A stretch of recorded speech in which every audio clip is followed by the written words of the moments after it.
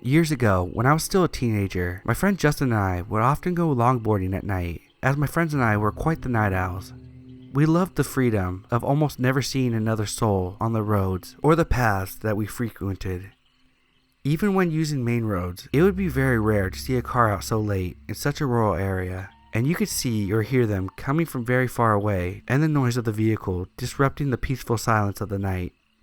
We were really into it at the time, and would often ride our boards for miles and miles, sometimes not even arriving home until the sun was up. On one particular night, we decided to ride a few miles away from our usual back roads to take one of our favorite hidden routes. It began with a narrow, paved path that was the only piece of land separating the two sides of the lake. It would often sink under due to the rain, and we wanted to seize the opportunity to use it before it rained and went underwater again. It was roughly 2 miles long and was an extremely relaxing ride due to the amazing scenery. After making it to the end of the lake, we decided to continue and turn into a very close path that leads directly into the densely wooded wilderness. As we come up to the first hill, we look down at the bottom into the blackness. We noticed what appeared to be a teeny, moving ball of dim light down there. It moved so strangely, and it was extremely difficult to make out what it was. Rather than shine our flashlights down, we curiously watched it for a few moments, whispering to each other about what it could possibly be. All at once, the small light turned into multiple blinding lights and extremely loud revving sounds, overwhelming our senses that we had been accustomed to in the dark and silence. Acting purely out of fear, we instantly turned around and ran as fast as we could, hearing yelling and revving gaining behind us. By sheer luck, we managed to run off the path into a very dark, very overgrown hole in the side of the hill, overlooking where we just came from. We decided to hide in the natural dugout of this hill, hoping the plants in the darkness would be enough to protect us from whatever was happening out there. We watched our pursuers ride up to where we had originally been standing. There were 4 men, 2 on 4-wheelers, and 2 on full-size motorcycles. They were yelling at each other about something, but we couldn't make out what they were saying due to the distance we had covered. We felt safe enough to whisper very softly to each other, and speculated on who these people could be. At first we thought they might be park rangers of some kind, although we had never seen one here in the many times we had been through, and honestly, we doubted that this county had the budget or even the desire to have anyone patrol the deep woods at night. Besides that, these men were on vehicles entirely inappropriate for the paved bike trails, and they were very angry about something. They called at us for a while, yelling things like, "We know you're out there! We can see you! Come out!" We stayed silent and decided to call their bluff instead of running. We clearly heard one of the men yell, "Find them now," and smashed a bottle. That had erased any hope we had that these were just park rangers. We watched them split up, each of them going in a different direction, down a series of paths on their vehicles, including the path we came from. It took us for what felt like ages to even move. We were frozen in terror inside that dugout, watching the lights of the vehicles travel through the woods and paths. One of them already coming full circle and passing the point he had started from. I thought about calling for help, but I was too afraid to open my phone in fear that even the smallest amount of light would give away our location. After waiting for the lights of the vehicles to reach the furthest distance, we finally summoned the nerve to get up and try to run somewhere far enough away from these people to safely make a call. We ran as hard and as fast as we could through the woods. Since their headlights gave away their locations on the paths, we would hide again whenever we felt like they were getting too close. Our available hiding spots were getting progressively worse as the woods became less dense, and the fear I felt waiting for one of them to drive past while basically being covered in leaves and plants may still be unmatched to this day. Finally, we emerged from the woods onto an intersection of 2 main roads far from where we started. We ducked down into a ditch and called for help. When I opened my phone, I noticed I had recent calls from one of my other friends, Connor, who was supposed to meet up with us after our longboard excursion. I called him and frantically asked him where he was. Luck was with us again. He hadn't given up with our plans despite us ignoring him, and was only a few miles away, already heading in our direction. I gave him the names of the 2 streets we were near and explained to him that we needed him to pick us up right away. He agreed to speed over to us, while Justin and I waited in hiding. Connor arrived before those men did. We bolted into the back seats of his car, yelling at him to get out of there, and he took off. Relief doesn't begin to describe what I felt being safely driven home after everything we had just experienced. After we explained everything that had happened, we ended up just moving on with our night and decided not to call the police. We figured that they would be gone by the time any officer made it out there, and that we would only be putting ourselves at risk by admitting we broke the law by taking those paths so late at night. I still have no idea what happened or who those people were. I've been told all kinds of theories from friends and family that have heard the story. Some think that we might have walked in on a huge drug deal. Justin and I later admitted to each other that when the revving started, we couldn't see. Our minds went straight to a chainsaw-wielding horror movie serial killer. So I suppose it could have been much worse. Frustratingly enough, whatever those men thought that we saw that made them want to catch us so badly, we never actually saw. We'll never really know, I suppose.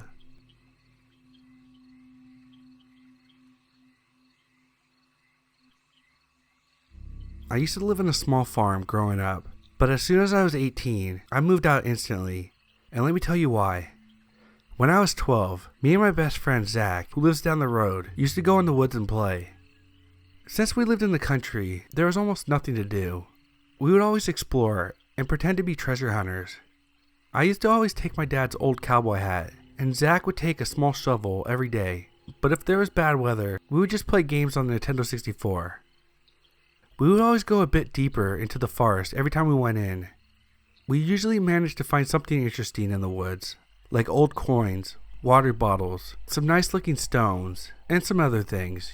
Yeah, you know, really lame stuff, but we were kids at the time, and we always thought of it as some sort of treasure. I had a small box under my bed that I put things that we found in it, and so did Zach. We had an awesome childhood, but then some creepy shit started happening over some time. One day when we were exploring the forest again, we came across a well. We got really excited, thinking we found something good, and we checked it out. But there was nothing special about this dry well. We pretty much got our hopes up for nothing. The next day was Friday, and when we got back home from school, Zach went back to his house and I went back to mine. Not long after having a snack, Zach was at my door. I grabbed my dad's hat and opened the door, and when I opened it, Zach was there with two other boys. They were much bigger than Zach. Zach introduced them as his cousins, saying that they were staying with his mom and dad for the weekend. Their names were Danny and Simon, 3 years older than me and Zach. They wanted to come with us to the woods, so I agreed. It was just a normal day for the most part, but Zach's cousins were total assholes, saying it sucked being in the woods and asking how we never got bored out there. Later that night, around 11 p.m., I got knocks at my bedroom window. It was Zach and his cousins. They told me to come down. I managed to get downstairs without awakening my parents. I opened the door and the cousins asked me if I wanted to go back to the woods. I had never been there at night before, and to be honest, I didn't want to go, and I told them that. And then they said, "You're lost." They went off in the direction of the tree line. I then changed my mind, grabbed my dad's hat, and ran after them. I caught up with them, and we started walking deeper into the woods, and I was scared shitless, and by the look of Zach's face, he was scared as well. The cousins stayed in front of us, shining their flashlights on the spooky trees. I noticed that we were going in the direction of the well. I had known that forest like the back of my hand, so I had a plan in case shit hit the fan. We were coming up on the well, and suddenly the cousins stopped and turned off their flashlights. We asked them what was wrong. They stood there like statues. Then we went around them since we were behind them, and I froze as well. There was a person standing in front of the well, not looking in our direction, thankfully. I stood there like a statue, not knowing what to do. Then one of the cousins, I think Simon, whispered, "Turn around slowly and walk slowly. Don't make any sudden moves." I complied, and we turned around and started walking back slowly, so that the figure wouldn't notice us. Then something terrible happened. I stepped on a stick, and it made a loud snapping sound, and we weren't far enough away from the figure yet, so we stopped again. We all looked back, and the figure was now looking at us. I almost fainted in fear, and Danny screamed, "Run!" We floored it, and I dropped my hat while running back, but I didn't stop to pick it up. I had no idea if this figure was following us, since our footsteps were all loud and I couldn't make it out. I didn't look back either, so I didn't know. We managed to make it back safely. I ran into my house and slammed the door shut. My parents were awake, and I got yelled at, and I was grounded for a week, but they also looked really relieved. My mom hugged me and said, "I'm glad you're safe." I was confused and asked them what they were worried about. They told me something that made me even more scared. They told me recently an escaped killer was on the loose and he was last spotted a few miles from our area. When my dad saw I wasn't in my room, since he would usually check up on me, and the front door wasn't fully shut, they thought I'd been kidnapped and they were about to call the police when I came through the door. After hearing that, I started crying. My parents asked me why, and then I told them what happened. Their faces were full of horror after me telling them that, and then they called the police immediately. Later on, they arrived. I explained everything to them. They said that they would take a look in the woods, so they did.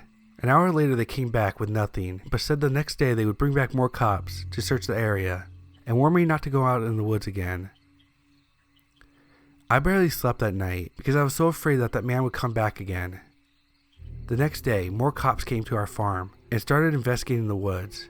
They also went to Zach's house. My mom came in and said that she found my dad's hat on the doorstep. Then I remember last night, I had dropped it. How did it get there? I thought about it some more, and the man in the woods came to mind. I started panicking again. My parents calmed me down and asked me what was wrong. I told them about the hat, and they had a nervous look on their faces. My dad took the hat outside to the cops, and I managed to calm down again. And for the rest of the day I just played video games, since my parents grounded me. Around lunchtime, we get a knock on the door. I answered it. It was Zach and his mom. I told my parents they were at the door. Then they told us to go in my room and play something. I put my ear against the door and listened. Zach's mom told my parents that Danny wasn't in the house that morning. After hearing the news about the creep in the woods, she began to worry. One thing didn't make sense though. All four of us made it out safely. I was confused. Then Zach told me something that scared the living shit out of me. He said Danny had left the house when they got back. He left when Simon and Zach were sleeping. Although Zach wasn't really sleeping. Zach said he looked out the window and saw him walking into the woods. He wanted to stop him, but he was too scared to go out there again. And he never came back. I asked him why he left, and Zach didn't know. Then Simon came over a little later. I asked him if he knew why Danny had left the house. He said he had an idea. Danny always used to carry around his dead mother's ring with him. He always used to keep it in a box, and he would take it wherever he went. Simon checked the box in the morning and it was empty. He must have dropped it while running from that guy that night, he said. After that day, weeks went by. The guy in the woods was never caught. The cops started to investigate Danny's disappearance. He was also never found. And me and Zach never went back into those woods again.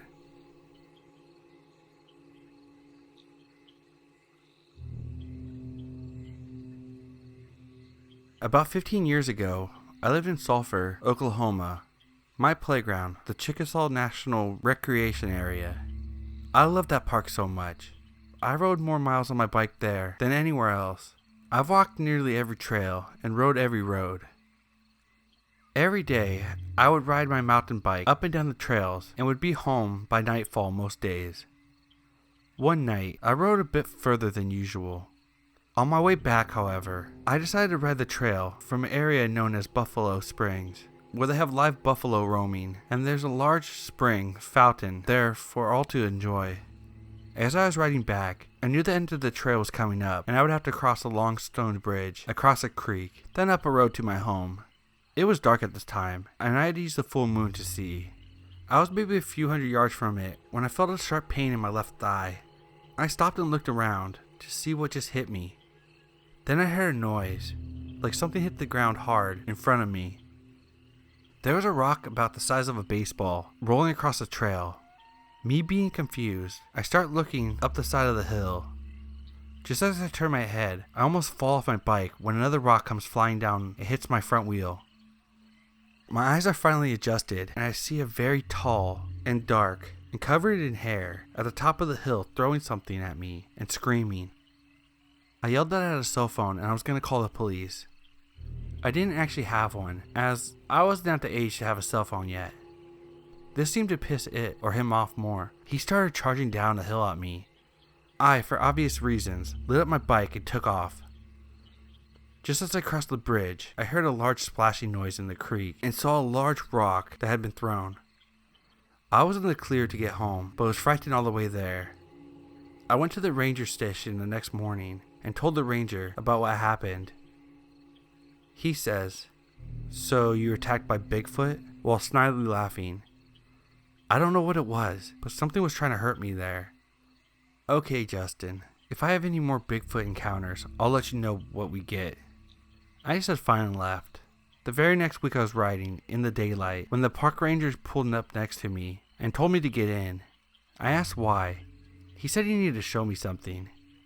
We headed to the police department in town.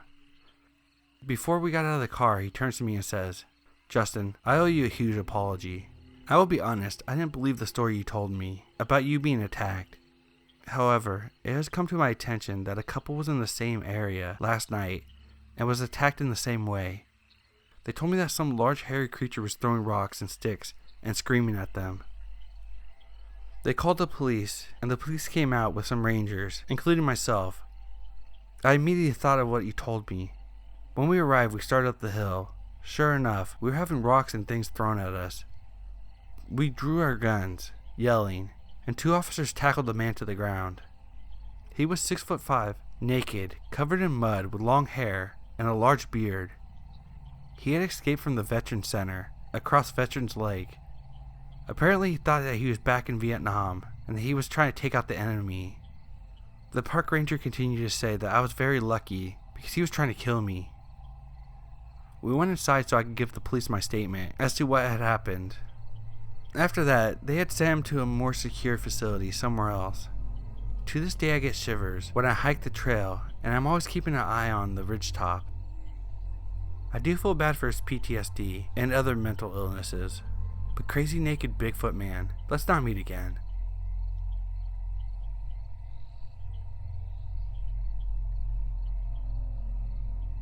I worked at a state park one summer, doing maintenance, mostly cleaning bathrooms, mowing grass, maintaining campsites, etc.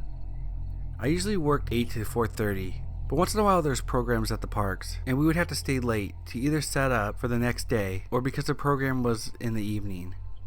There was also a historic village in the park, and people would sometimes rent the chapel on weekends for weddings. This is one of the things sometimes we would have to stay late to set up. One of the first things I was told on the job was not to be surprised if we saw people doing the deed in the woods. Apparently this park was a very popular hookup spot for people. If we saw them, we were supposed to tell them to stop. Most people just looked sheepish, stopped, and moved along. Mainly we didn't want little kids exposed to that. The park rangers patrolled at night too, and they said that they would catch people in the park then also. Mainly teenagers, cheaters, and gay men. My boss actually showed us a website of how our park had made some sort of top 10 list for local hookup spots for some forum for cheaters, and another one for gay men. The park was apparently just a good hookup spot. The park rangers would tell us usually just to write down the plate numbers and tell the people not to come back, and then write a ticket if they did. So one night, we have to stay late. It's around sunset. We're getting ready to go home. As we drive through the historic village, we see a naked guy just furiously rubbing his balls on the outside of one of the brick buildings. I mean, this guy was just slamming his balls into the wall. Yes, balls to the wall, and rubbing them up and down. I didn't bother to pay any attention, but the co-worker I was with said the guy's sack was starting to bleed, so we start yelling at him to get out of there. This guy just sprints off to the middle of the woods. One ranger comes to talk to us. The other one cruises around and gets the other maintenance truck to do the same, looking for cars in the lots. We checked them all, and there's no cars that don't belong to the staff. Whatever. Freak's gonna freak, we figured. Maybe this guy had been meeting someone there and got carried away, or was on drugs or something. Anyways, a few days later, one of the park rangers who wasn't there that night asked me and my coworker to come see him and go over the story. We tell him what happened. The park ranger tells us that he had caught some teenagers a week before making out in the park who had told him about what sounded like the same guy. He thought they were bullshitting and trying to get out of trouble or something. Now he thinks they weren't. Same building, right around sunset. After that, the ranger kept an eye out for this guy, and my coworker would check for blood marks on the building every morning. A couple of times he insisted that he found some. Someone else reported seeing a naked guy later that summer doing the same thing, but no one else did after that. My biggest question to this day is who literally gets off by rubbing their sack violently against a historic building?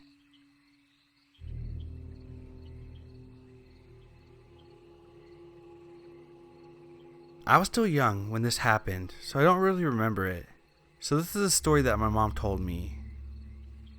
When I was 5 or 6, my family and a family of friends all went camping together one summer in New Hampshire. Each family had a camper, and we were all set up in one campsite. The campground had a playground and a lake nearby, and there was always something going on. One day, my friend Kelsey and I, who was around the same age as me, were playing outside of our campsite as our moms talked outside of the camper, keeping an eye on us. At some point, an old man came walking by our campsite. He seemed like a normal guy according to my mom, but then he started to walk up and start a conversation with our parents. He said that he owns the campsite a little ways down the path, and he said he had a little playground behind his camper. He then said that my friend and I are allowed to come over anytime we wanted to play in his campsite.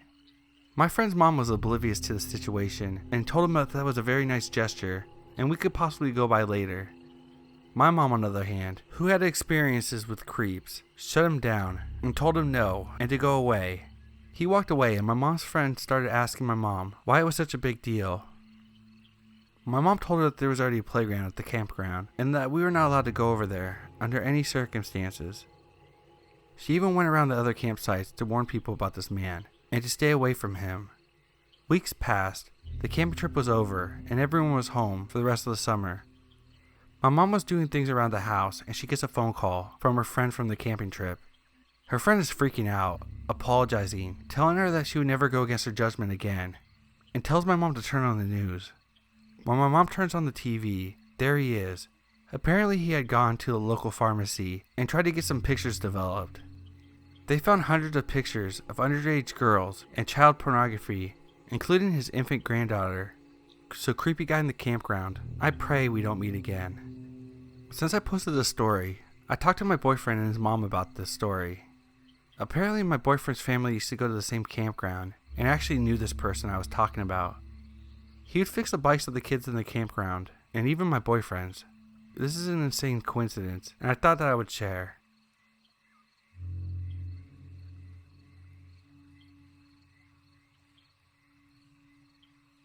Now this isn't a scary story, but more of a creepy one.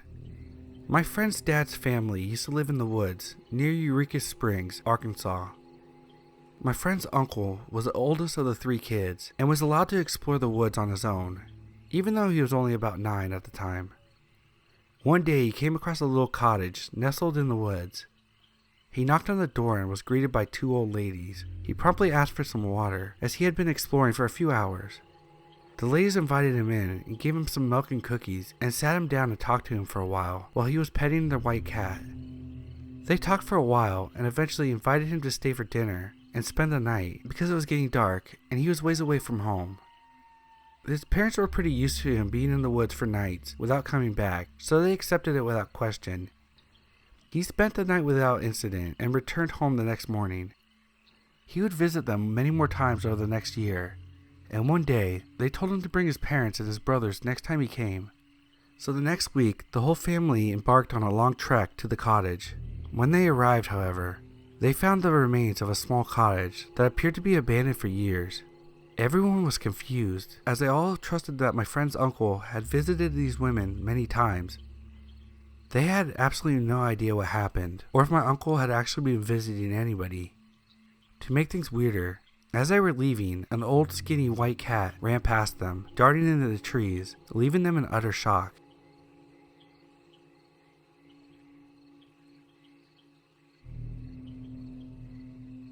A little background story. I'm Tessa and 14.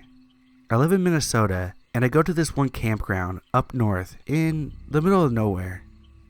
I've gone to this campground for 11 years and still go there to this day. It was only open for a year or 2 before we started going there. My mom was really popular there. We knew everyone. They are always having parties and staying up late till 1 o'clock drunk as fuck. This particular night haunts me forever. Me and my friend Chloe were best friends. She was a brunette and I was a wild blonde. She always had this thing where she never really liked sleepovers. This one night we planned on having a sleepover outside our actual camper. Our parents didn't stay out late that one night for some reason. We had a fire and did the regular camping things, It was about 1 when we decided to go to the shower house with showers and bathrooms. So we were in the shower house planning to hang out because the shower house had a lodge and was the only place that had Wi-Fi. Our data did not work anywhere else because we were in the middle of nowhere, so we planned on staying there till 3 a.m. It was about 2 a.m. and we needed our chargers. We go to the camper to grab our chargers, and on the way back, we're just standing outside, getting some fresh air before going inside. Chloe is on her phone, and around the corner behind her is an old guy, or maybe a woman. They look to be around 100 years old, and this person was walking a rat, or it looked like one at least. I scream and tell her what I see, and the guy has a crazy smile on his face. We ran as fast as our long legs would let us, till we got inside. I started to cry because I was so scared, and she was freaking out because she did not see what was behind her. We plugged in our chargers and hesitate to call our parents because we didn't want them to get mad at us, and we also wanted to stay out until 3 a.m. We were not supposed to be up past 1 on that night, so we were really freaking out. We were in there for about an hour after we saw this creepy person, and we hesitated opening the door in fear of what we would see. We ended up opening the door thinking that we were trapped and we were gonna die, and we ran outside. As we got outside, I saw the old man with something that looked like a knife in his hand around the corner, and he was just staring at us like he was gonna do something. To this day, we always remember that night. P.S. Our parents believed us and were mad at us for not calling them.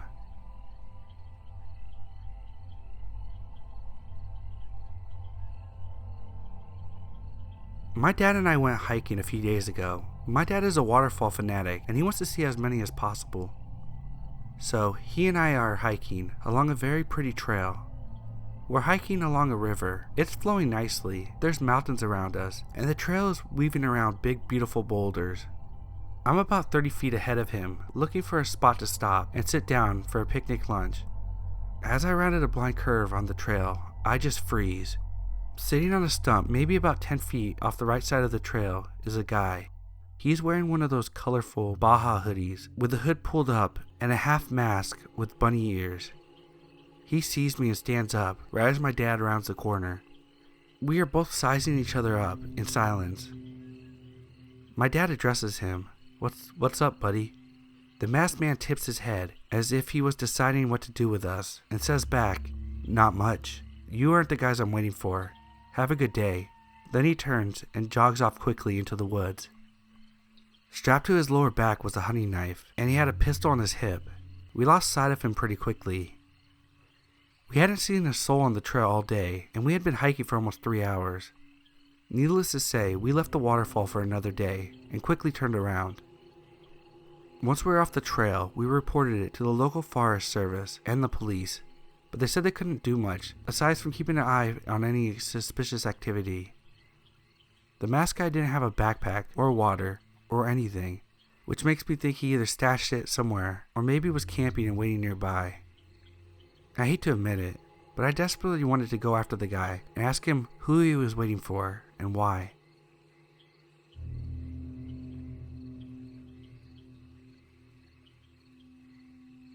I'm a 20-year-old female, and I live in Michigan. I was 16 years old when these events happened. I'm a huge athletic nerd, and I go hiking every day unless I feel lazy. I picked the wrong day to go once, and I met and experienced something that I don't want to experience ever again. I drove to the hiking trail that I go to just about every time I go hiking, and on this day I saw a creepy guy that looked like he was in his mid-30s, but me being stubborn and hard-headed as I was back then, I ignored my gut feeling and went and started jogging around the trail. I took a short glance at him and started going down the trail. I got about 200 to 300 yards from the entrance and took a short break until I heard a scream of what sounded like a man. And I looked down the path and my heart dropped. I saw the guy running straight towards me. As my adrenaline rushed into me, I started to run as fast as I could. This guy was running so fast and he was catching up with me, and I was a really fast runner. This guy ran like he had taken 2 shots of steroids. As I started to cry in panic, I took a sharp turn into the woods and started to run back to the parking lot area. I kept hearing footsteps not far behind me, but they began to get slower as I got closer and closer to the parking lot. At last I made it to the parking lot, and I cried tears of joy as I took out my phone to call the cops. Not long after they arrived, they searched and found the man. He was a homeless guy, 37 years old. They said they found a butcher knife in his coat pocket. To this day, I'm glad I did ROTC throughout high school, or else I wouldn't have had the energy. Creepy manic homeless guy, let's never meet again.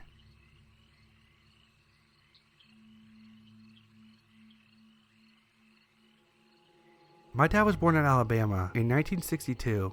He moved to San Bernardino, California in 1968. He's told me this story many of times. It always gave me the chills. My dad was probably in his early 20s when he went out hiking through the Harupa trails with his friends in the neighboring city of Fontana. He was on top of a little hill when below him on a dirt trail road a Jeep was driving by. But this isn't what's creepy about it. As they took a closer look, a body was being dragged behind it by both feet. They got a little freaked out and left for a while. They went back down to regular Fontana and got something to eat, thinking that they didn't really see what they thought they saw. But when they went back to the same hill a couple hours later, coroners and CSI and tons of cops were surveilling the area. My dad left immediately. Knowing that someone was actually being murdered and dragged is what's really scary about the situation.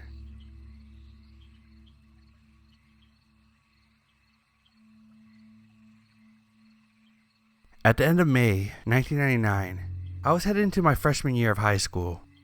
That summer, me and a group of 6 girls from my church went on a mission trip up to the coast from Riverside, California to Mount St. Helens, Washington. 3 of the girls' mothers acted as our drivers and chaperones.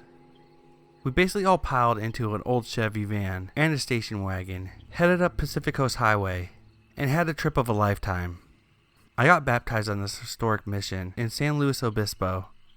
We spent 3 days in San Francisco, saw the Capitol, we went to Portland, Oregon, Yosemite. Basically, we got to see every worthy landmark and stay in every noteworthy town from SoCal to the Canadian border. When we stayed in Yosemite Park, we spent 3 nights at the Cedar Lodge. While in Yosemite and sightseeing, the old Chevy van died in the middle of nowhere. Luckily, even though we weren't able to get a cell signal, within an hour someone stopped to help us. This was so long ago that I don't remember the details, but basically, the owner of the van told us later that the mechanic told her someone had tampered with the engine. She was very upset by this, and said it was something done intentionally. The van had to be abandoned, and we had to use a rental the rest of the way. I don't know if this is a coincidence, but turns out that Carrie Anthony Stainer, also known as the Yosemite Killer, was the maintenance man for the Cedar Lodge during this time. He had murdered and decapitated a park ranger by the time that we were guests at the lodge.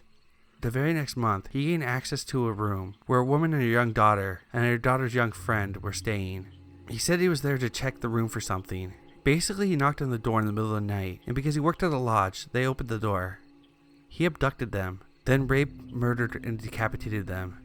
I can't say that I remember seeing him, but we probably did as we were there for 3 nights.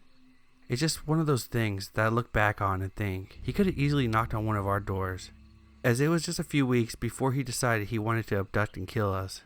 I feel incredibly lucky we dodged that bullet. If the time frame wasn't so close, it wouldn't creep me out as much, but it continues to haunt me 16 years later.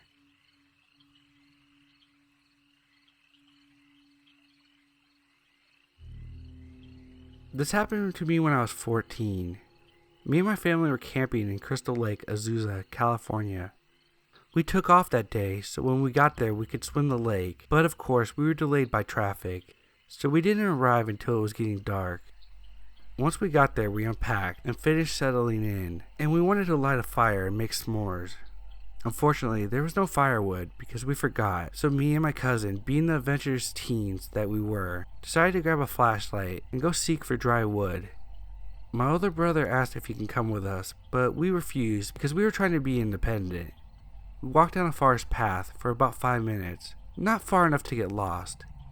We found a spot where there was a whole lot of wood, almost like someone was collecting a pile and just left it there. But we had forgot a sack to put the wood in.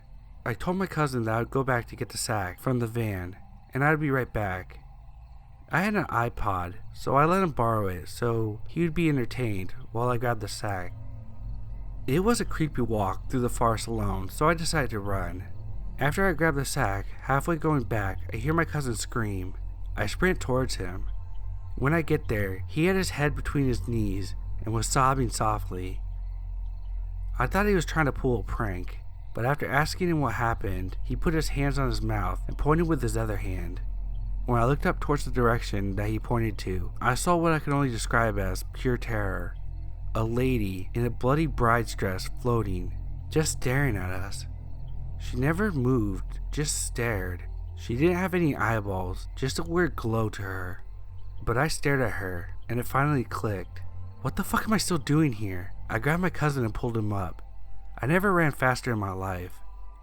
When I got to the rest of the family, they told me that they heard a lady sobbing in the far distance, but we never heard anything. I explained what happened to us, and they saw the terror in our eyes to know that we were serious. I had a rough time sleeping, and we never did get any s'mores.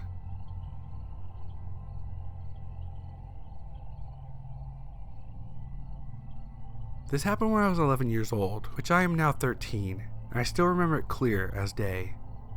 I lived in the middle of nowhere, so I didn't have much friends. There was a huge forest, though, so I would go out there and play. One day I went out to play, and it was almost around 6:30, so it was getting kind of dark, and let me mention I lived in Wisconsin at the time. I went deep into the forest, and everything was good until 7 rolled around. Now, I was used to hearing weird noises in the woods, but nothing like this. I heard an awful scream, not human-like either. It was like a demon, and it scared me. I was a curious little girl, though, and I went to investigate. I got about half a mile in when I saw a non-human-like creature perched in a tree. Now, instead of running for my life, I froze in shock and fear, and before I knew it, that awful smelly thing, was right behind me. I wanted to scream for help, but I didn't. I don't know what this creature could do to me, so I just stood there like a rock, hoping it would leave. It screamed again, but even worse than the first time, and I felt like I was going to go deaf. Eventually, after minutes of that thing staring at me, it flew, and I mean flew up to its tree. I stood there looking at it for what felt like hours. I whipped out my phone. I was going to flash the beam in its eye and try to make a run for it. Now, did I mention that I'm a little chubby for my age? So I couldn't run fast, and that sucked because this creature jumped and ran after me through those woods. I felt my world spinning around me, and as I screamed for help, that creature caught up to me, and I felt like my life was over. I made a mad dash for the bushes, hoping that I was able to hide, which I did. I was waiting in that bush for half an hour, thinking he was gone, so I made a dash to my back door, hoping it wasn't behind me. Instead, he was perched on our air conditioner. I told my parents that very night, and they called me crazy, but I know what I saw. I'm never going in those woods again. Monsters are real. I don't know what this creature was, but who knows what it would have done if it would have got its hands on me.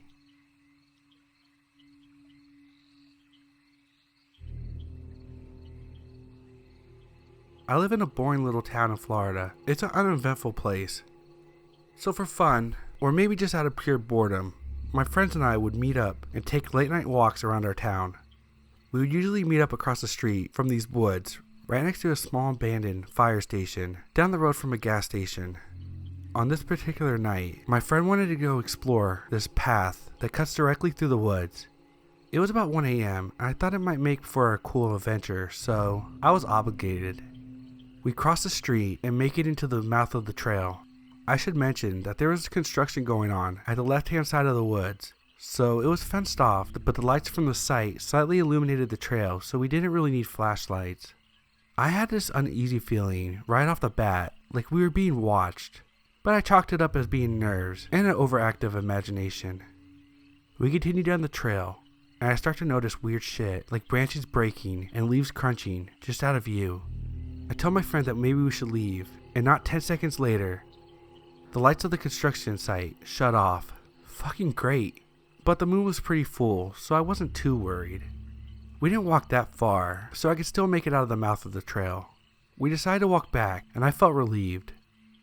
Then I noticed it. Crouching down in a bush not 5 feet away was someone watching us. I tell my friend to run, and we book it, and I can hear this person running after us. We keep running, and eventually make it out of the woods and across the street. I turn back to look, and I see him right at the mouth of the trail.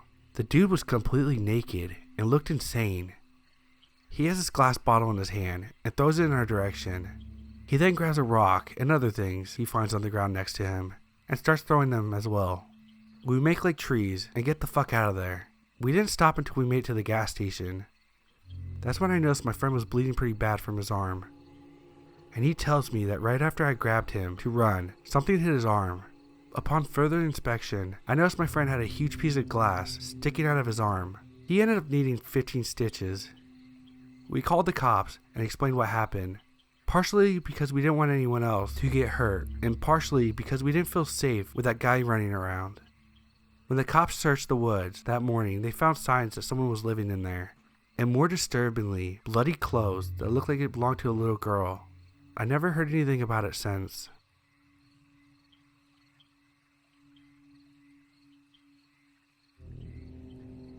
When I was about 14 or 15, my dad and I went camping with one of his friends at a local park 5 minutes away from where we lived. The campground is located in the biggest state park in our area, with miles of trails, many of which are for horseback riding and or mountain biking, in addition to being able to walk the trails. The day after we initially set up camp, we decided to hike some of the trails after breakfast. After walking for about 20 minutes, we come up to this group of trees with people both standing on the ground and hanging out in the trees. The odd part is, they were all wearing medieval clothing and they all had some sort of weapon.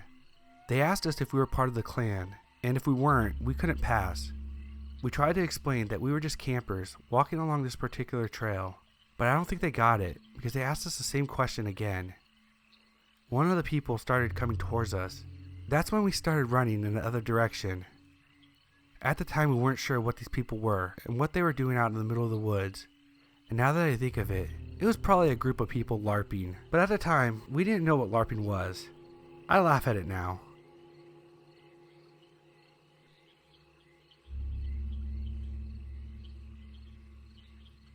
I live in the foothills of the Appalachian Mountains in northeast Georgia. It's a beautiful area with hundreds of miles of national forests, some great state parks, and tons of fantastic camping places. Unfortunately, my hometown is relatively poor. While there are some out-of-town residents from Atlanta and other places, a lot of the people where I live are really poor. I do freelance work as a technical writer, so I can do most of it online. If I didn't have that going for me, I'd have to move somewhere else. It's just one of those small towns that will rob you from your ability to accomplish anything in life if you stay here too long, without anything else going for you, at least. Excluding a handful of doctors and lawyers and Georgia Power Company employees, the only other employment in the area is Walmart, fast food, and a couple of grocery stores. To the east of my town, there's a massive national forest. It's loaded with great camping sites and a lot of relatively unused hiking trails. I really enjoy hiking on them with my dog. It's about a 10-minute drive from town, and there's no cell phone service or homes for miles. In the past, there have been a lot of vehicle break-ins at the trailheads. The gravel parking lots at some of them glitter with bits of broken glass from what I'm guessing were car windows. Sometimes there are really shifty people hanging around these trailheads or just driving around the Forest Service roads. These are really rough roads, and you'll see these beat up $500 cars just barreling along the roads meant for 4x4s. Some of the people you see in these cars look like the guy that got crushed by the ATM in Breaking Bad. All that being said, it's still a great place to camp. However, you just have to be careful. A few years ago, 2 of my friends and I decided to play paintball in the national forest. Probably illegal, I know. We decided to turn the paintball expedition into a camping trip so we could play the next morning too. After a pretty uneventful day of shooting paintballs at each other, we drove a couple of miles to one of the more popular camping spots. Unfortunately, a church group or something had taken up all the spots in the area. This was really the only camping spot that we were familiar with, and it was getting pretty late. We decided to keep looking, so we drove about an hour further and further into the woods. By this time, it was getting pretty dark, and we were getting a bit worried about finding a spot. We had all our GPS and smartphones on us, but none of us had service. We turned off onto an unfamiliar road that isn't in very good shape. In fact, it looks like the Forest Service Rangers used a backhoe to block off this road with a mound of dirt. A broken metal barrier laid in the woods nearby. It looked like 4x4 vehicles had been going over this mound, so it was pretty worn down. Our F-150 had a pretty high clearance, so we decided to go over the mound. There was an old gravel road on the other side, and the road was pretty much clear of debris. We drove a few miles down the road and came across an opening next to a small creek. There were some blue tarps hanging over a plywood table nailed to a tree, which seemed kinda odd. That said, it was pretty much dark at this point, and we didn't want to keep driving around all night looking for a camping spot. We left the truck running and set up the tent. As we were setting up the tent, I started to notice that there was a lot of trash in the woods surrounding this site. I see a green bottle laying on the ground. I take a look at the label and see that it's a bottle of home and garden insecticide. I was really tired at this time, and I just thought that someone had been dumping their garbage out here. None of us thought it was weird that someone would be dumping garbage in this area that is more than an hour from the nearest home. We set up camp, had some beers, and made chili from scratch. By this time, it was probably around 11 p.m., and we were eating, and we noticed a faint glow from the other side of the nearby hill. At first we thought it was the moonlight filtering its way through the trees. However, the angles didn't make much sense. It didn't seem to be a bright light, and it wasn't moving. It was kind of like that glow you see over a bright city. Since there was no other access roads in the area, we decided it wasn't other campers. The hill was a quarter mile from our campsite, so we decided to investigate. Under normal circumstances, I know we wouldn't have done so. However, we all had a few rum and cokes in our stomachs, and two of us, Jacob and I, decided to take a look. My other friend Isaac decides to stay and pop some popcorn over the fire. We start walking towards the light source, and the situation gets even stranger. All the trees in the area have bark knocked off in a circle around their trunks. We thought it could have been a work of a beaver that lived in the creek, but it seemed strange that a beaver would go around all these trees and just knock off bark in a circle. Jacob and I start talking about a ghost beaver in pretty loud voices, probably due to our drunkenness. As we're almost to the top of the hill, Jacob tripped and yelled, "Oh shit!" A few seconds after he yelled, the light, whatever it was, went out. We looked at each other and decided maybe we didn't need to see where the light was coming from. We walked back in silence and kept looking back every few seconds. We decided to turn off our flashlights and just use the moonlight to get back to our campsite. When we get a couple 100 feet from our campsite, I could see my other friend Isaac walking around the campsite. He was wearing a hooded coat that I hadn't seen him wear before. For some reason, he was carrying a paintball gun around in his hand. That seemed a little odd, we said to each other. The fire had started to die down, so we couldn't see the campsite very well at all. At this point, we probably had been gone for almost an hour. From the distance, it looked like Isaac was looking for something. He kept walking around the site and peering into the tent. When we were almost back to the campsite, we saw Isaac walk up the road we came in on. We figured he was going to use the bathroom and didn't want to wander into the woods like us. When we got back, we sat next to the fire and waited for Isaac to come back. All of a sudden, we see him lurch out of the tent. He stumbles a few feet and vomits. After we left, he had a few more rum and cokes, he mumbles. We asked him why he kept wandering around the campsite with a paintball gun, and he gets a strange look on his face. They're locked up in the cab of the truck. We go to check the truck, enter the door code, and see our paintball equipment just where we left it before. The keys to the truck were still hidden in the magnetic fob underneath. I get a sinking feeling in the pit of my stomach. "Isaac, what were you doing after we left?" I asked. I was watching a movie on my phone. Then I fell asleep, I guess." "But you were walking around with your paintball gun, right? Just change your jackets?" Isaac said he had been in a tent since we left, that he had been wearing the same unhooded fleece all night. Someone was walking around our campsite, and it wasn't Isaac. At this point, all of us were too drunk to drive, but we decided to go ahead and pack up and go back to the house for the night. We didn't bother packing up the tent. We just folded it down with the sleeping bags and everything in it. We jump into the F-150 and start to drive out. When we get back to the dirt hump, we see something gray blocking our path. The metal barrier that was laying in the woods earlier is now back on its stand, right on top of the hump. By this point, all of us had sobered up to the situation. No one wants to go out of the car and move the barrier. I had a metal guard on the front of my F-150, so I drove forward slowly, tapping the metal barrier with the front of my truck. It falls right off. It must have just been balanced on top, and we drove over it slowly. We were terrified that it would pop one of the truck's tires as we drove over it, but it didn't. As soon as we drove down the road, we see a vehicle following us with its lights off. It's probably 1,000 feet behind us, but we keep catching glimpses of it as the moon reflects light off of it. I start to drive as fast as I can on the Forest Service road, and the other vehicle keeps pace. It doesn't get any closer though. It just stays 1 or 2 turns behind us. We can only see it when the road straightens out. After about 45 minutes of speeding along gravel roads, we make it back to the main paved road. I start to drive everyone back to my house, but I decided to go a different way just to be safe. I didn't get pulled over for a DUI, luckily. Camping can be fun, but very rural camping can be dangerous. I've driven past the metal barrier since that time, but it always seems to be in place. I would never go down that road again though.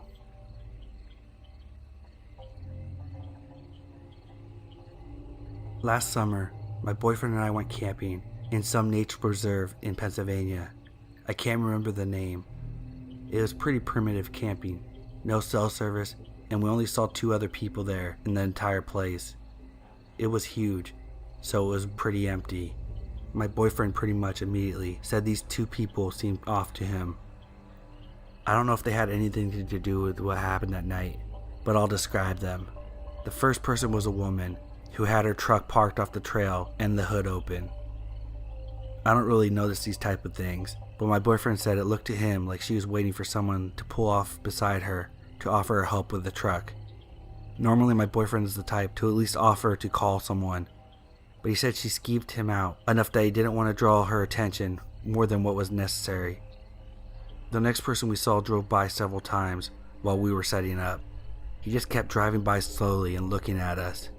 I didn't even notice this though, until my boyfriend pointed out that he had already drove by twice. Whether these 2 people had any sinister going on or not, the real story has to do with what woke us up around 3 a.m. It was incredibly loud all of a sudden. I couldn't describe it, even compare it to anything, but my boyfriend said it sounded similar to a chain gun revving up, or someone using a large tool to scrape the gravel. My boyfriend jumped up and looked out the window of the tent. The sound happened again, and again, and again.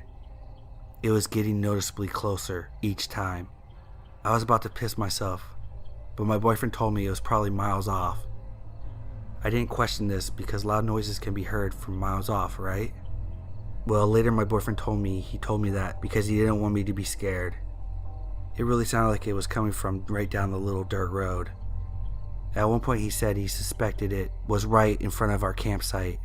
The only reason he didn't tell me to dart off to the car was because he was afraid it could be someone trying to scare us out of the tent for some dreadful reason. He whispered. I should have noticed that he was whispering and knew something was wrong, since otherwise he would speak normally, right? Because every little sound I heard outside sounded like someone was sneaking up on the tent. Eventually my boyfriend told me to get out and help him pack up. It was maybe 20 minutes after the sound stopped. We held our only weapon, a machete, in front of us. It was a full moon, or close to it, so we didn't need a light. While we were packing up quickly, I noticed the empty beer can close to our dead campfire. It wasn't there when we went to sleep around 10 p.m., and neither of us even brought any to drink. Thankfully, we got out of there, and for the rest of the trip, we either camped in areas that were well populated by other campers, or we got a hotel room. So whoever or whatever that was, let's not meet.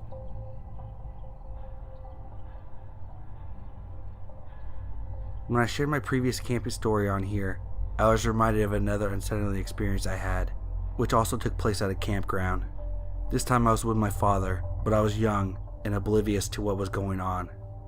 My father used to enjoy to go to this campground not far from his hometown he grew up in. The campground was in Vermont and was called Captain Place. He enjoyed how peaceful and remote this area was. Having been there a few times and observing that it was just family friendly, he thought it would be a nice place to bring his daughter with him, choosing to go around the same time of year that he went the last few times. There was a campsite of 3 men who were out-of-staters in their 40s, most likely were from Boston because of their accent. They had a big fancy trailer, and the entire site was decked out with a dartboard, hammock, lawn chairs, garden gnomes, and fake patches of grass. From observation, it looks like they stayed there a couple weeks at a time. All settled in, quite comfortable, too comfortable actually, to the point where they walk around like they owned the place. The place was actually owned by an elderly couple. These macho acting goons were quite friendly with them. The year before, they had painted the playground for them for free, so the elderly couple loved these guys. My father saw these men around last time, but he didn't have to deal with them or worry much because their campgrounds were situated far apart. This time, unfortunately, we were placed quite close to them, with only one empty campsite separating us. We were surrounded by other empty campsites too, but about 30 feet away, there was also a middle-aged couple camping out. Here's where the story starts. We arrive and set up our camp. I remember observing those men across from us. My father waved a friendly hello to them, and they waved back. Throughout the day, I played out on the playground. By nighttime, we roasted hot dogs and marshmallows. Meanwhile, those macho goons across the way were partying hard, booze everywhere, and blaring tunes on the radio. We didn't pay much attention or look over their way. We kept to ourselves. Tired yawns, and we crawl into our tent to sleep, but the ruckus was still going on. I was able to fall asleep, but my father was not. He laid there for a few hours and kept checking the time occasionally. It was getting closer to midnight. He wondered if the middle-aged couple nearby was having trouble sleeping over the noise as well. Then, the sound can be heard of vehicles coming down the road.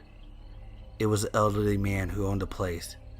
He stops and lets the men know that there's been a noise complaint. The men apologize profusely and say that they'll be settling in to go to sleep soon, and the owner leaves. They immediately start cursing and throwing things around their campsite as soon as the owner was out of sight. They were offended that someone reported them. "Who do you think did it?" one of them asked. "Well, it's either the guy with the little girl next to us or the other couple over there," the other guy responds. "I didn't see any of them leave their car to go to the front desk, so one of these people must have had a cell phone." This was 1997 or 1998, so cell phones weren't common back then. These men began to try to figure out who owns the cell phone. They weren't trying very hard to speak in a hushed tone because my father could hear everything. "I bet it's that asshole in the Cadillac who owns the cell phone. I'm going over there," one of them says. They're talking about my father. He does not have a cell phone though. The feeling of pure fear came over him. He has no idea what's going to happen and needs to think fast. The sound of stumbling footsteps comes right up inches away from our tent. What to do? My dad thought of making a noise, any noise. He grabbed a soda can next to him and flicked the top open with his fingers. The guy's startled and takes a step backwards. He then scurries away, back to his drunken buddies. They are now whispering amongst themselves. He can't pick up on what they were saying, but catches the part of them saying they're going to try again later. He wonders if he heard that right. What the hell are these guys trying to do? There's no way my father is going to fall asleep now. In fact, he's not feeling tired at all. Man, with his daughter, feeling helpless, only a soda can and flashlight to protect us. My dad lays frozen, listening and listening, hoping these guys will give up and just sleep off the drunken craziness. A short time passes, and he hears footsteps coming again. Their campfire was so bright that it casts a shadow onto our tent. He can literally see the shadow of the man coming towards us. The man doesn't get too close this time because, again, he stops at the noise coming from our tent. My dad unzips his sleeping bag in a panic, ready to defend and protect us in case the man was trying to come into our tent. The man does not move anywhere. He's just standing out there watching us. My dad remembered the lighter in his pocket. He took it out, and from underneath the blanket he flickered the switch on. He was hoping to mimic the sound of a gun getting ready. I don't think it worked, but the man eventually turned around to go back to his campsite. "You won't believe this. They're still awake." "What the fuck?" They all sputter amongst themselves. "Maybe, just maybe, being around 2:30 now, they will finally go to sleep." "Nope." At this point, I'm still asleep, but I'm tossing and turning a lot. My feet slapped against the side of the tent a couple of times.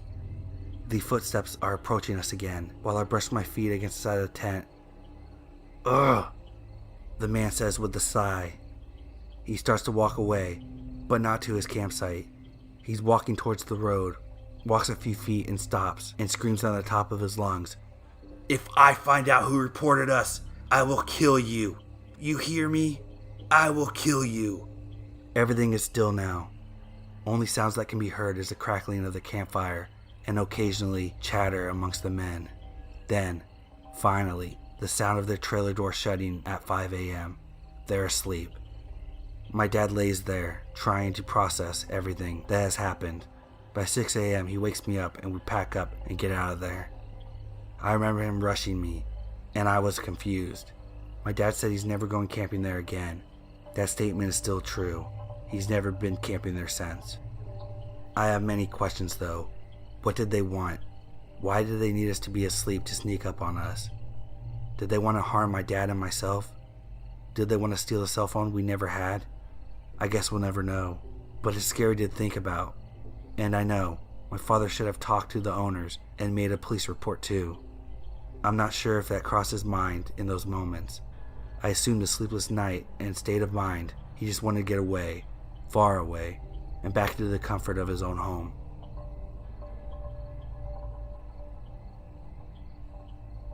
Back in 2011, I was with a circle of friends that made it a tradition to go camping at a certain spot every May long weekend. The spot we chose was in a beautiful area right on the edge of a large lake and was located on government land.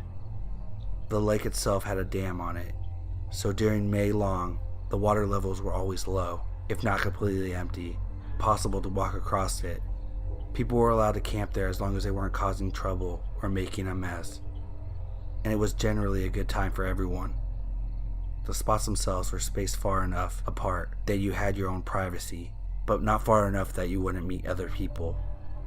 In this particular year, our spot was in the middle of a small hill with a campsite below us and one above us.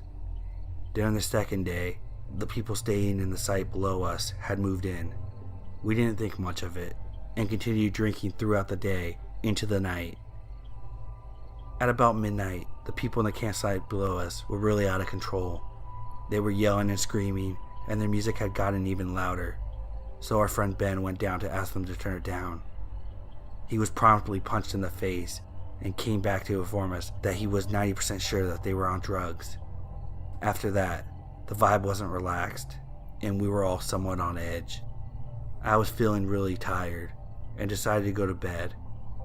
Some of my friends were still awake, including Ben, and one couple, Lily and Derek, that were visiting another campsite we had made friends with that day. I could hear that campsite below still blasting their music and partying pretty hard. I just tried to ignore it and go to sleep. I don't know what time I was jolted awake. Parts of this are somewhat a blur. All I know is I sat straight up as soon as I heard screaming and yelling coming from outside the tent. I quickly ran outside to find our campsite in chaos. One of my friends was clutching their chest, and people were running around screaming, "Call 911." I was quickly informed what happened. Apparently not long after I went to bed, the people camping at the site below us decided they weren't finished talking to Ben. They had encountered Lily and Derek walking back. Now Derek and Ben are about the same height and have similar color hair, so they assumed that Derek was Ben and hit both him and Lily in the head with a full glass bottle. I don't know if it was the same guys that showed up at our campsite, but I was told that everyone else was sitting around the campfire when 2 or 3 huge guys appeared from the darkness and walked over to them. One had a paring knife and the other one had a butcher knife in their hands. Ben saw the knives and got up to talk to them and had barely spoken a word when the guy with a paring knife stabbed him once in the chest. Some people from the campsite above had seen the guys coming up and came down to help. One of the guys, Tim, was coming down the hill when the guy with the butcher knife ran up to him and stabbed him in the stomach. From there, sheer panic ensued. People called 911, but the ambulance were over half an hour away. This is when I came out of the tent. Tim bleeding profusely, and he was losing blood way too quickly. His friends ended up putting him in the back of their car and speeding off to meet the ambulance halfway. Ben was also bleeding, but his wound wasn't as deep as Tim's, and we were able to keep him calm until the ambulance arrived. The guys with the knives ran off into the darkness, back down to the campsite, and took off in their Land Rover. My boyfriend at the time had gotten into his car and drove the entire distance, flagging down the policemen on their way to the scene. Once they arrived, we were informed to stay in the car, as they had released a canine searching to hunt down the people who had stabbed my friends. By the end of the night, they had arrested the two men. They had tried to flee by driving their vehicle across the lake bed and had gotten stuck in a muddy section. They were on a concoction of several drugs, as suspected. Luckily, both Tim and Ben survived, although Tim lost a lot of blood and took several weeks to recover from his wounds. Derek and Lily had huge goose eggs and possibly a concussion, but I can't recall. It was definitely the scariest thing I've ever experienced. A few of us had to testify against them in court.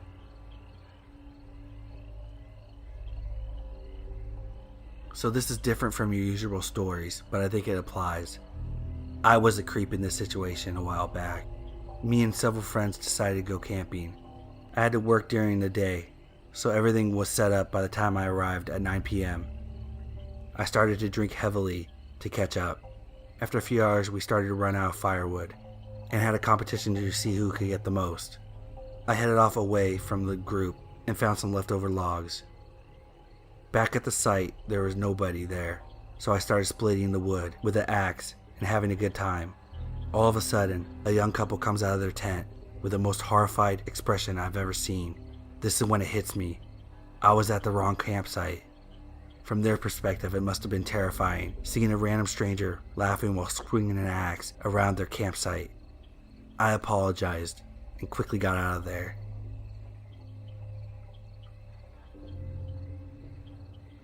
Let me start by saying, I was a 19-year-old female at this time. Still female, of course, just a little bit older.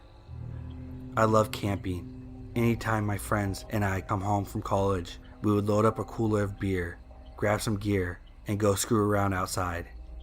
Unfortunately, when I was actually at school, none of my sorority sisters or other friends would ever want to go, so I suffered from withdrawals from camping. One day the weather was way too nice to waste, so I grabbed some of my gear. I hopped in the car I borrowed from a buddy and drove to a spot in a secluded yet safe distance from civilization.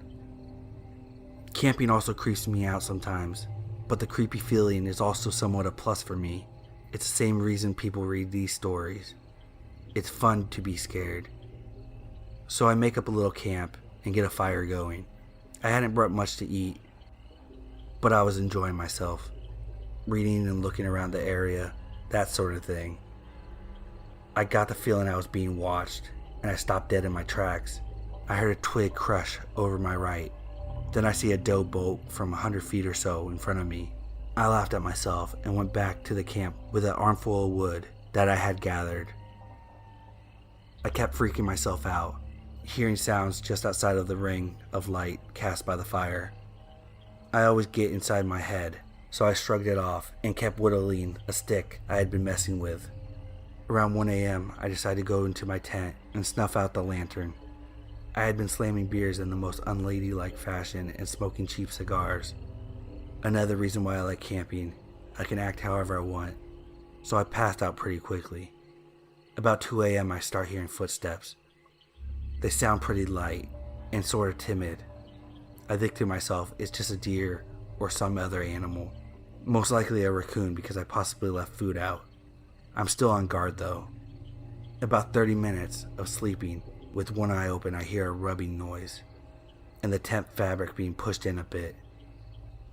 I don't know how I didn't shit my sleeping bag, but I just sat there paralyzed, with my K-bar in hand. I desperately wanted to thrust a knife through the tent fabric, but I was still holding out hope that it was just some of my buddies from my frat joking with me. And then, as steadily as it began, it stopped. I was starting to feel slightly more secure because daylight would be coming in about 2 to 3 hours, but I sure as shit wasn't going to sleep. All of a sudden at 4 o'clock, I realized I should put my boots on so that if anything happened, I would be ready. After staying up and keeping alert for a little while, I hear my friend's car alarm blaring. I freak the hell out and run out of the tent. I got 2 steps out before something grabs me around the mouth. I open my mouth and scream, but instead the person's finger slips between my teeth. I heard that people can perform superhuman feats when they have huge adrenaline rushes. In my case, I clamped down. And there's no way to say this without sounding ridiculous, but his finger popped off. He screamed and pulled his hand away with a missing digit falling on the ground. He took off running to the hill I was camping on and took off in the opposite direction. I must have looked ridiculous to the people whose house I ran to. A little scrawny girl in a wife beater, boxers, and steel-toed boots. I also had blood that oozed down my lip from the finger, but because I had also managed to take a pretty big chunk out of my lip as well, I told them what happened, and they called the police and got me some real clothing, and the man of the house made me a whiskey and coke. When the cops got there, they checked it out. They brought me back to my friend's car, and what I saw just made me more scared. Right next to the tent was a red gas can. He could have just lit me on fire. The finger was also gone, suggesting he had came back. The kicker is, they never caught the guy, so somewhere out there's a man sitting down to dinner, maybe alone, maybe with a wife and couple of kids, and he's missing his right pinky. My friends and I decided to go camping one spring. We had planned a week in advance, and as the day got closer, the weather got worse. It was cold and gray, unheard of for Arkansas. The night finally came along with yet another cold front. It was in the 30s, but we had dressed warm and stocked up on whiskey and beer. The plan was to hit the spot my buddy knew, which was barely accessible with his 4x4. We wanted to really camp, none of those designated sites for families and seniors in RVs, so we aimed away from civilization, which was only made up by a single stoplight and a couple hundred people, and we drove into the woods. After 30 minutes of bone-rattling dips across the dry creek beds and detours around trees, it started to rain. By the time we found camp, it had turned into hail. The spot was marked by an ancient dirt road a few hundred feet along a rotting carcass of a VW bug. The night was spent passing the bottle around, hoping we would figure out our tents before we got too drunk. Eventually we did, and managed to start a fire with diesel. At this point the hail stopped. The empty whiskey bottle lay broken in the fire, and we had a decent pile of empties going. We drank, we played cards, we passed out in our tents. The next morning I gradually regained consciousness to the sound of something large being dragged past my tent. It was what looked to have been a station wagon, stripped and rust covered, dragging the VW with a chain. The VW had been there for so long that the floor had rotted out and roots tied it to the forest floor. They laid scatter in wake of the wagon.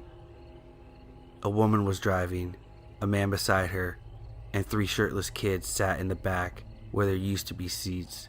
The man stared out the window, away from us the entire time. The children had dirt smeared on their face, which illuminated their glassy 1,000-yard stares. It's a look of crushing poverty, and you've probably only seen it in pictures. It exists in war-torn countries, the projects in inner cities, and the deep south. So deep that the old gas stations back in town, a place you'd probably jokingly hum the Deliverance theme. That was the city to these people. She spoke in a deep nicotine and whiskey-soaked drawl. Y'all come to this city to do some camping? Well, reckon that's fine. Long as you ain't doing no drugs. You ain't doing drugs, are ya? We weren't. Just drinking then. Hell, I like a drink now and again. That's fine, just fine. Wanna know how I know you was here? Have you seen those black helicopters flying around? Them some boys that work for me, see? This is my land, and they told me. Can't be too careful. Figured I'd check it out. She started laughing, mucus bubbling up to wet her dry cackle. The man stared out at nothing. One of the children put both hands on the window and gazed through us. His mouth hung open, and spit cut the line through the filth on the glass. He probably was 10 years old. Y'all know Bethany? We didn't. Ha! Everyone knows old Beth. Y'all go to church? I lied. Good. Ain't no time for those who don't fear God. Why don't you come to church tomorrow? You can meet Bethany. It's just over the hill. She sure do like to meet y'all. They all would. We assured her we would. She drove away into the trees slowly, dragging the VW. As soon as she left, we looked over at each other and started laughing. It was just nerves. There wasn't anything funny about it. We all have remnants of primitive warning system for danger. It's been eroded by living safe and civilized, but every once in a while it goes off, and you obey it without a question. Something was wrong. It started before she spoke. When I looked into her eyes, something is wrong. The kids, the man, her laugh, something is wrong. Eventually we hiked up the hill and could see for a mile. There was nothing, no buildings, no clearings, just forest. We cut the trip short, packed up, and left before noon.